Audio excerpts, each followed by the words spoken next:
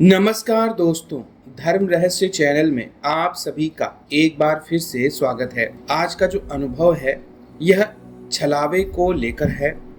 छलावा एक ऐसी भूत की किस्म होती है जो कि आपको अपनी माया जाल में फंसाकर आपसे अपनी इच्छा की पूर्ति करवाती है। इस शक्ति का एक व्यक्ति से जब सामना होता है तो क्या होता है, आज के इस अनुभव के माध्यम से हम लोग जानेंगे। तो चलिए पढ़ते हैं इनके ईमेल पत्र को और जानते हैं इस अनुभव के विषय में।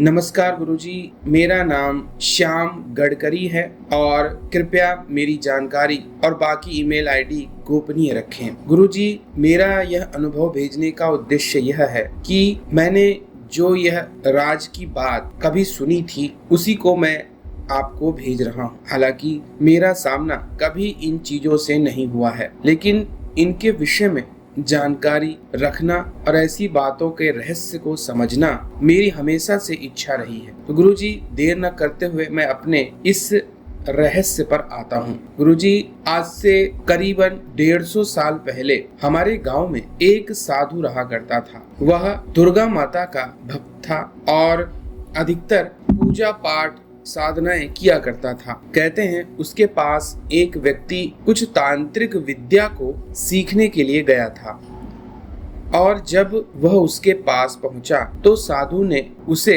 एक अलग तरह की विद्या को करने के लिए कहा। उन्होंने कहा, नदी के पास एक गुप्त योगिनी आज भी विचरती है और वह इस प्रकार घूमा करती है कि अगर कोई व्यक्ति उसे साध ले तो फिर उसके लिए जीवन में सब कुछ करना संभव हो जाएगा। मैंने बहुत पहले कोशिश की थी, पर उसकी सेना में कई तरह के छलावे मौजूद हैं जो कि उसके सेवक शक्तियों जैसे ही हैं। अगर तुम उनसे पार पा सके तो वह तुमसे सिद्ध हो जाएगी। मैं तुम्हारे कान में उसका एक गोपनीय मंत्र देता हूँ। और गुरुजी, तब उस साधु ने उस व्यक्ति को एक गोपनीय मंत्र दिया। इस साधना का तरीका यह था कि रात्रि 12 बजे आपको सर्वथा निर्वस्त्र होकर नदी तक जाना, नदी को प्रणाम करना, नदी के किनारे पर खड़े होकर जहां तक आपके कमर तक पानी हो जाए वहां पर जाकर 11 माला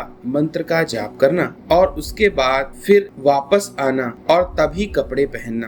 तब तक आप कपड़े नहीं पहन सकते। यह एक अलग तरह की कोई विद्या रही होगी जो उस योगिनी को सिद्ध करने के लिए की जाती होगी। यह साधना 21 दिन की बताई जाती थी।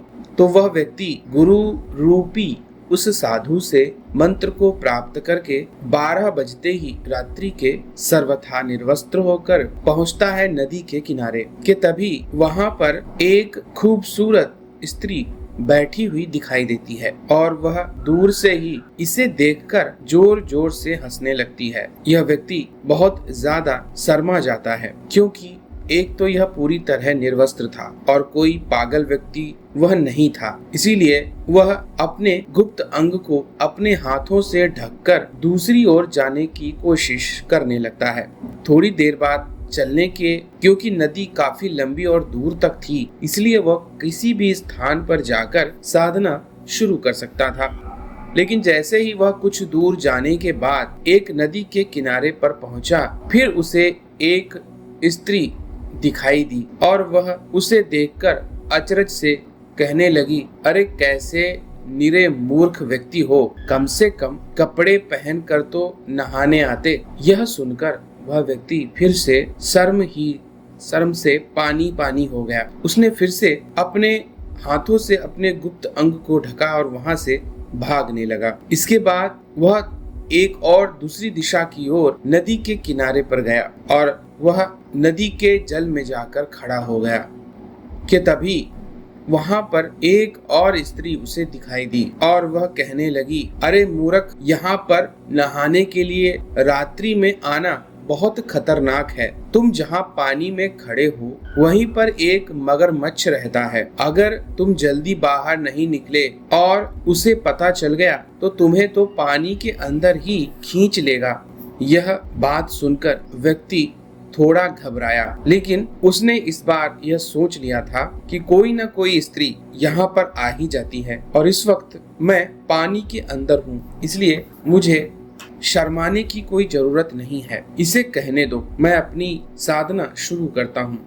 कि तभी पानी में वह उसने हलचल देखी और पानी की उस हलचल से वह अद्भुत रूप से घबरा गया, क्योंकि उसने पानी में कुछ तैरते हुए बड़ी आकृति अपनी ओर आते हुए देखी और जल्दी ही उसे समझने में कोई देरी नहीं हुई कि यह तो कोई बड़ा मगरमच्छ ही है। अब अपनी साधना को बीच में छोड़कर बहुत तेजी के साथ वह पानी से बाहर निकला। वह स्त्री कहने लगी, कितना बेवकूफ है तू, अभी समझाया था ना कि अंदर मगरमच्छ है, फिर भी तू उसके अंदर गया। सुन, इधर आजा, एक तो तू बिना वस्त्रों के घूम रहा है, तुझे इतनी भी शर्म नहीं है कि जहाँ औरतें या स्त्रियां हों वहाँ कपड़े पहनकर ही जाना चाहिए। सुन, मुझे तो कोई फर्क नहीं पड़ेगा, ले मेरी साड़ी ले ले। और फिर उसने अपनी साड़ी खोलनी शुरू कर दी और उस व्यक्ति को पकड़ा दी। व्यक्ति भी अचरज में था, वह सारी बातें भूल चुका था, इसलिए इस बात को नहीं समझ पा रहा था। उसने उसकी साड़ी को खींचना शुरू कर दिया। अब साड़ी लंबी और लंबी होती जा रही थी। यह देखकर व्यक्ति घबरा गया, क्योंकि किसी भी स्त्री की sari 1 metre, 2 metre, 3 metre, 5 metre, 10 metre तक ही हो सकती है, इससे ज्यादा नहीं हो सकती। और यहाँ पर तो यह खींचता ही जा रहा है, तब भी यह कम नहीं पड़ रही है। इसलिए व्यक्ति इस माया को देखकर घबरा गया। अचानक से उसने उस स्त्री के पैरों की तरफ देखा। उसके पैर जमीन पर दिखाई नहीं दे रहे थे, केवल उसकी साड़ी ही जमीन को लगती थी। यह बात उसके लिए काफी विचित्र थी। तब उसने उस स्त्री से पूछा, आपको शर्म नहीं आई, बल्कि मुझे आ रही है। मुझे आपसे कपड़ा मांगना पड़ रहा है।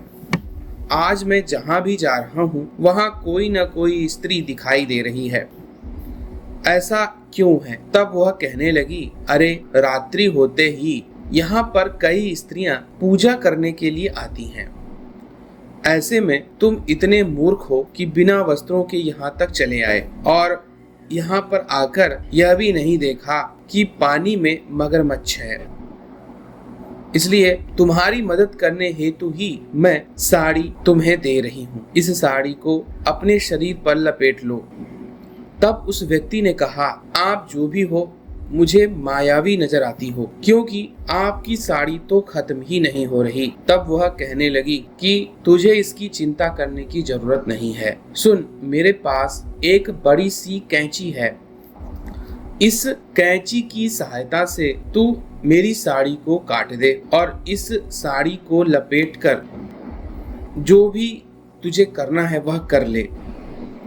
यह कहकर उस स्त्री ने एक बड़ी सी कैंची उस व्यक्ति को पकड़ा दी।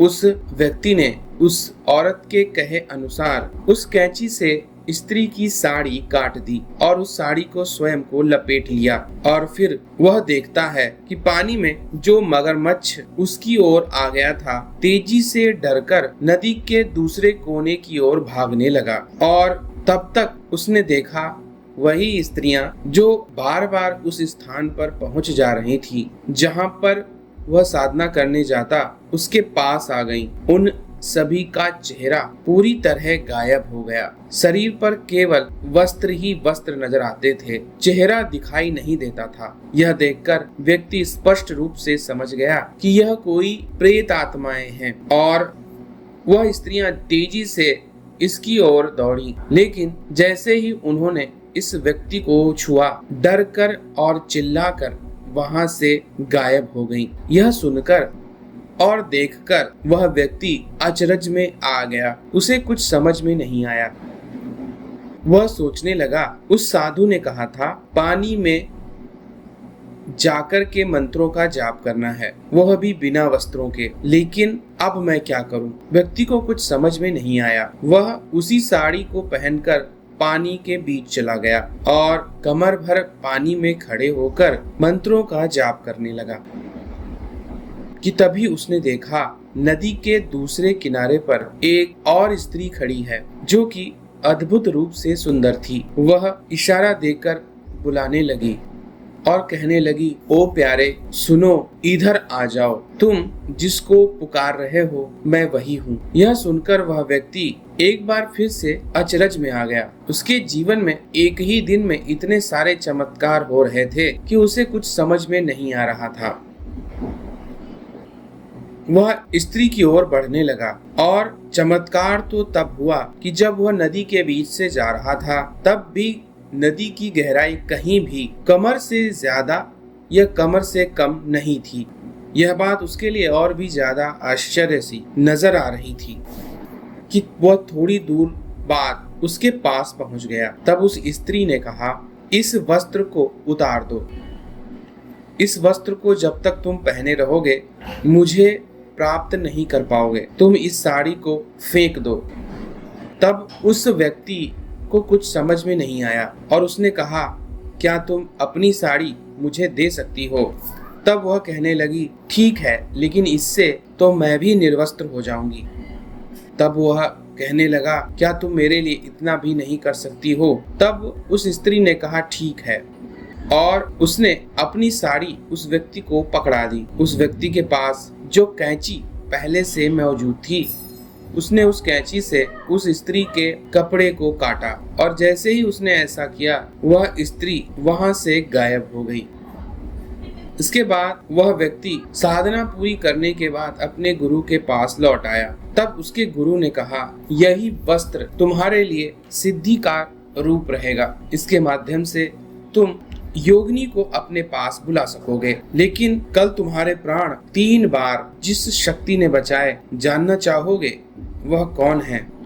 तब उस व्यक्ति ने पूछा तो उस साधु ने बताया, वह कोई और नहीं, साक्षात माता तारा थी। वही माता तारा जो अपने हाथ में कैंची को धारण करती हैं। उसी कैंची की सहायता से तुमने उस योगिनी के जितने भी छलावे थे उन सभी का नाश कर दिया।